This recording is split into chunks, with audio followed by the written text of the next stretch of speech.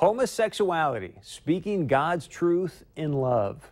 Does that sound offensive or threatening to anybody out there? Apparently it does to the University of Jamestown. This is a seminar that was scheduled to be held on campus at the University of Jamestown, but it wasn't sponsored by them. It was just going to be held there because the speakers obviously speaking at the event rented an auditorium right there on campus. I want to quickly share with you what this program is about. Reverend Tom Exton, one of the speakers there, he's the author of a book called Bearing the Burden, Speaking the Truth in Love to People Burdened by Homosexuality, while Scott Barefoot is also the co-author of a book titled Forgive Us Our Sins. It's basically his story. Scott, he embraced a homosexual lifestyle for well over a decade as a teen, then left that lifestyle. He's been traveling now the world basically sharing his testimony. And for whatever reason, the University of Jamestown said, you know what, we don't want this on our campus. People, I just said wake up about prescription drugs. Now we're going to take a look at freedom of speech and First Amendment rights. And to do it with us tonight, Rob Port from SayAnythingBlog.com. Rob, it's always great to have you on the show, sir. Why in the world, you just heard the little intro there, why is the University of Jamestown scared of this?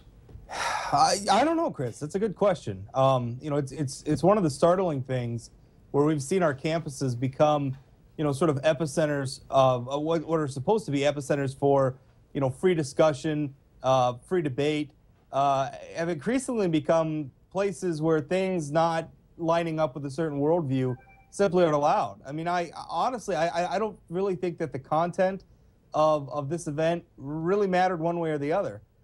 It's a perfectly legal, if controversial, point of discussion.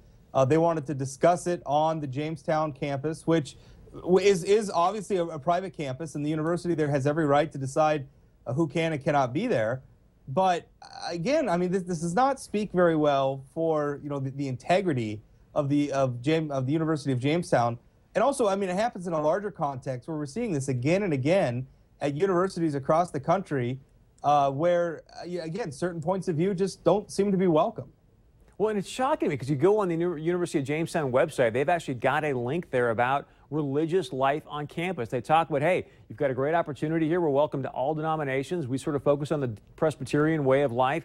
This gentleman that's going to be speaking says we just want to take a biblical, in his eyes, factual look at homosexuality, what the Bible has to say about it. And yet, what it appears, and correct me if I'm wrong, Rob, that the people that go on Twitter and social media and people that complain all the time have now shut this thing down because the University of Jamestown doesn't want to stand up for their own, what I would say, their own conscience rights. Am I misreading this, or? No, I think you're absolutely right, and it's unfortunate because we've essentially given the complainers a heckler's veto. I mean, that's what this is, where we can essentially silence any group. Now, to be fair, that this group wasn't silenced. They simply moved their event off campus.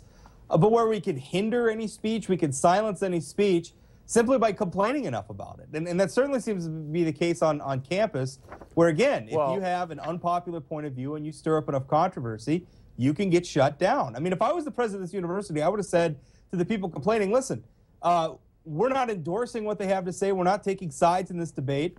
But we will absolutely allow these people to have this discussion, no matter how controversial it is. And if you don't like it, don't go. You know, Rob, we and I talked about this off camera. I talked about this last week. We have now numbed these kids so badly, they don't know how to cope. Somebody says something to them that doesn't fit their paradigm, their dogma, whatever. They can't cope with it. We saw what happened last week. And I'm going to share a couple examples, Rob, and give you a chance to share. But I want to talk specifically about a personal story. And I love what you say. Look, these campuses should be almost thought laboratories. Go in there, share ideas. You don't have to agree with everything, but I'll never forget at Stanford, I took a group comm class. Woman did a phenomenal job bringing all different ethnic backgrounds, socioeconomic, religious, whatever. Come in this room, let's talk about issues. Young African-American woman from Detroit stands up and starts dropping F-bombs about white people, how she got treated in a jewelry store. And I'm thinking, you know, I had 3 African-Americans in my high school here in Fargo going, what did I do?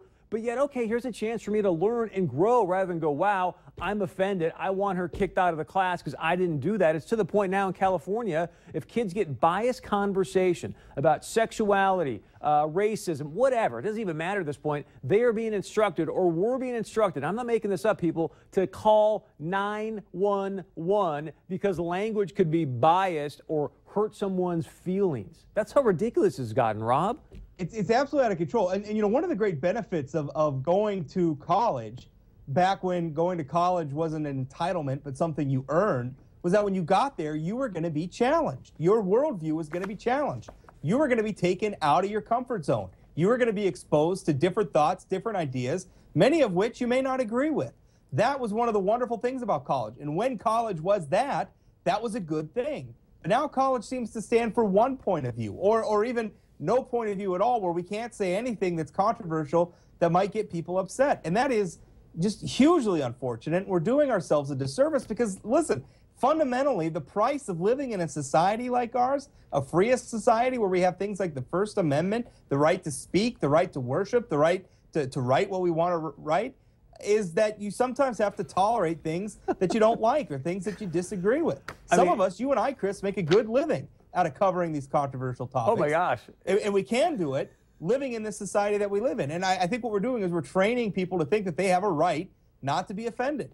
I agree, Rob. I'm sure if you did the same thing as if I shared some of the emails and comments that I get, I mean, yeah. I would have every right to go home and cry in a corner. You know what I mean? A couple quick things. Washington State, now listen to this, people, that if you show up in a class and you use the words illegal alien, illegal immigrant, or male or female, you can now be docked in that class because the teacher doesn't agree with your language. Then we move on to, obviously, Hillary Clinton calling GOP people terrorists, putting people in boxcars were her words, not mine. And then, obviously, the governor of Minnesota now calling North Dakota leaders Neanderthals due to the climate change. So, look, does that mean now North Dakota should ban Governor Dayton from coming into our state or what? Well, Rob, give me the last word. Of course not. Governor Dayton is certainly entitled to his point of view. But I think Governor Dayton's reactions to North Dakota's policies, which are obviously not policies that he disagrees with, obviously not policies that he likes, talking about our environmental and climate change policies, I think really it's sort of a symptom of the larger thing. Rather than engaging those policies and thinking about them and disagreeing with them, but at least embracing them logically and understanding them, he just dismisses them as stupid or Neanderthal or, you know, that seems to be coloring so much. We're becoming so polarized. We don't talk to one another. And one of the things that we're increasingly not doing is not listening to one another. Because, if you know, how dare, you know, maybe you might hear something that makes you upset or something that makes you feel bad or makes you, you know, challenges some of your opinions. This is a real difficulty in our society. We're not doing this stuff anymore. We're not talking to each other anymore. We're just demonizing each other. And it's starting, it seems, on the college campuses where, you know, again, anything, you know, comedians are afraid. I mean, you hear Jerry Seinfeld talk about it, Chris Rock talk about it. They don't want to tour college campuses anymore because if you make an edgy joke, you make a provocative joke, you're going to get protests, you're going to get backlash. This is not a place we want our society to be going. I completely agree. Rob Port, great work as always. Check out his website, sayanythingblog.com. Thank you very much, Rob. Thanks, Chris.